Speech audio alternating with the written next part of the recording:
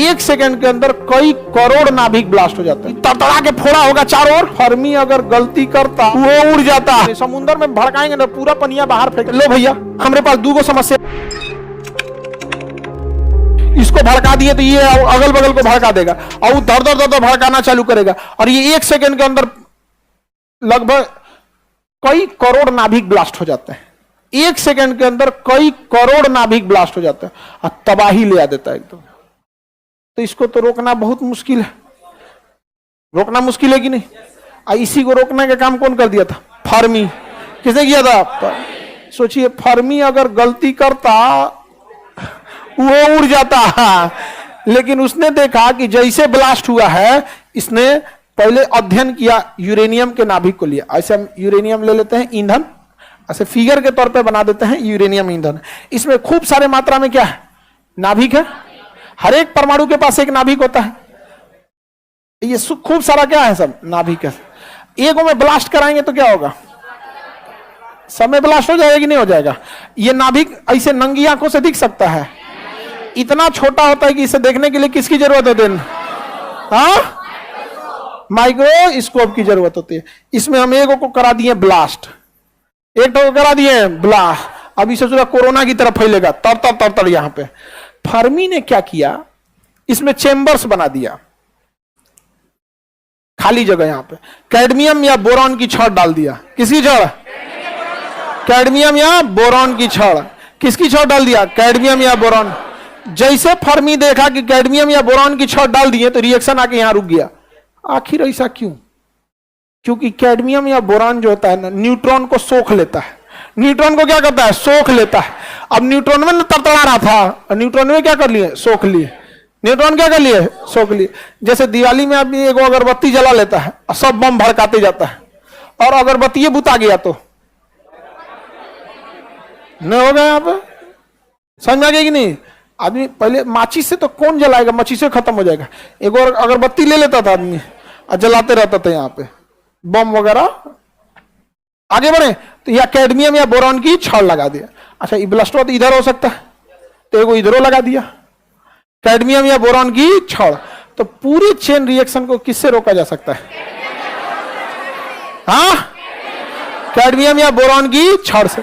ये क्या करता है? न्यूट्रॉन को सोख लेता है। हर एक चीज को एकदम कंट्रोल से समझाएंगे आपको।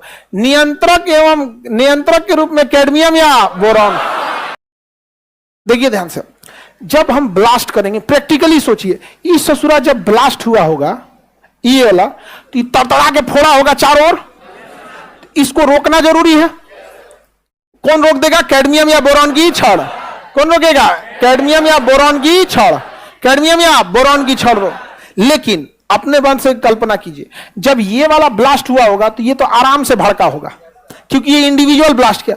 लेकिन जब चेन रिएक्शन चालू होगा, तर ब्लास्ट किया होगा, तो स्पीड बढ़ा होगा कि नहीं? अब रिएक्शन में एक गड़बड़ी है, ज्यादा स्पीड से न्यूट्रॉन को नहीं लाना है। और दुनिया का कोई भी चीज ब्लास्ट करेगा तो धीरे स्पीड से ब्लास्ट नहीं कर सकता है कि ब्लास्ट मींस हाई स्पीड। अब हो गया झमेला कि हम पहला न्यूट्रॉन को भड़का सकते हैं अपने कंट्रोल्ड स्पीड में। अब आप बताइए, परमाणु रिएक्टर में न्यूट्रॉनों को तेज गति से आना है या मंद गति से? हाँ, मंद गति से आना चाहिए। लेकिन मंद गति से शुरुआत के ही 2-4 ब्लास्ट करते हैं, और जब ये चेन रिएक्शन तड़तड़ा के होता है ना, तो स्पीड क्या हो जाता है? बढ़ जाता है।